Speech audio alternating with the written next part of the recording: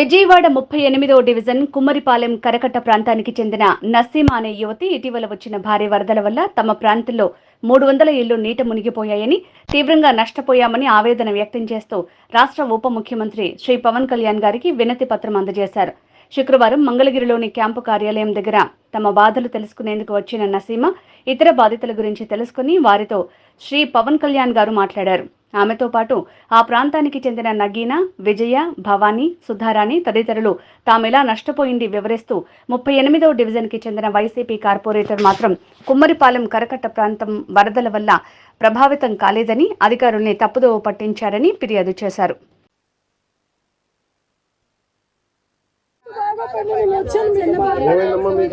Typhoid జ్వరం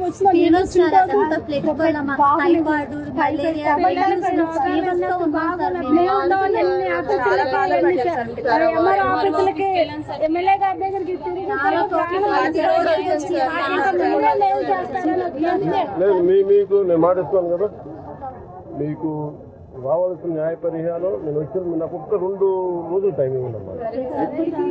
నేను మీకు మాటిస్తున్నాను కదా, మీరు మనస్ఫూర్తిగా పెద్ద మనసుతో అర్థం చేసుకొని క్షమించండి. నేను ప్రభుత్వం చేయగలిగినంత చేసింది.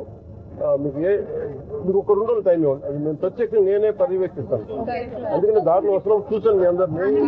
అది కనుక్కుని మీతో పంపించాను, కనుక్కొని ఏంటని చెప్పారు. లోపలికి వచ్చి వెంటనే లెటర్ కూడా రాస్తాను ఇప్పుడే కలెక్టర్ గారికి.